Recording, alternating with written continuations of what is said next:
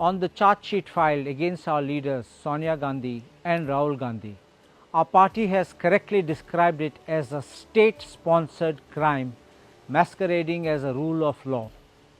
For us to understand what is going on in our country, we need to remember those days when there was no rule of law. Remember how Germany slipped from democracy to dictatorship in the 1930s. We see nothing different today. Anyone who opposes the right was selectively profiled and attacked. Anyone who challenged the Führer was silent. When nothing worked, silencing the opposition by means of false cases, arrests and long trials was the art of the game. I remember a former BJP chief minister who told his friends, opposition should be kept busy even with false cases because it will drain them out of their time, money and legal resources and eventually give up or succumb. But before that, the name and image of that individual is ruined and damage is done. Don't bother about the result of the case. The opponent is finished. Remember, there was a gentleman called Lytton, he was a prosecutor, who grilled Hitler for over 3 hours in a case which proved that Nazis led by Hitler used violence against the opponents. When Hitler took over Germany, Lytton was arrested, sent to concentration camp where he died. Remember, we are aware that RSS never had any role in the struggle for India's freedom. It is the Congress party which led India's struggle to independence.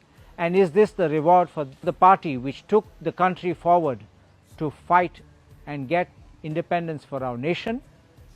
All those whom they call criminals, harassed them, tortured them, issued notices, ran after them, happily joined the BJP and now are part of this BJP parivar and also of the government.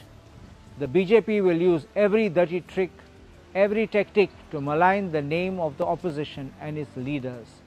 Knowing that all their tactics against Madam Sonia Gandhi and our leader Rahul Gandhi, from defamation to disqualification, when nothing worked, now their agent ED is on the run. Do you remember the NDTV story? Pranoy Roy and Radhika Roy were charged with causing loss to the banks, and what happened? They sold NDTV shares to Gautam Adani in an open offer, and finally in October 2024, a closure report was filed claiming there was no material to proceed in the case. Similarly, a case now we see, a case has been filed maliciously, a case which should have been closed, but they have deliberately chosen to charge sheet it. This shows not just malice but political vendetta. We stand strong as a Congress family. We stand strong with the Gandhi family. We stand strong with Sonia Gandhi ji and with Rahul Gandhi ji. And we will stand for the truth and for the values imbibed in us, which we will uphold through the constitutional values. And finally, to conclude, even here in our little beautiful Goa, we will stand up no matter what opposition. We will stand up against such vendetta. We will stand against such harassment for our lovely Goa and for all our Goans to make sure that the rule of law will prevail and justice will always be there for each and every one, howsoever big or small and howsoever inaccessible that person may be for justice, because justice gives the freedom and the rights of the individual are paramount.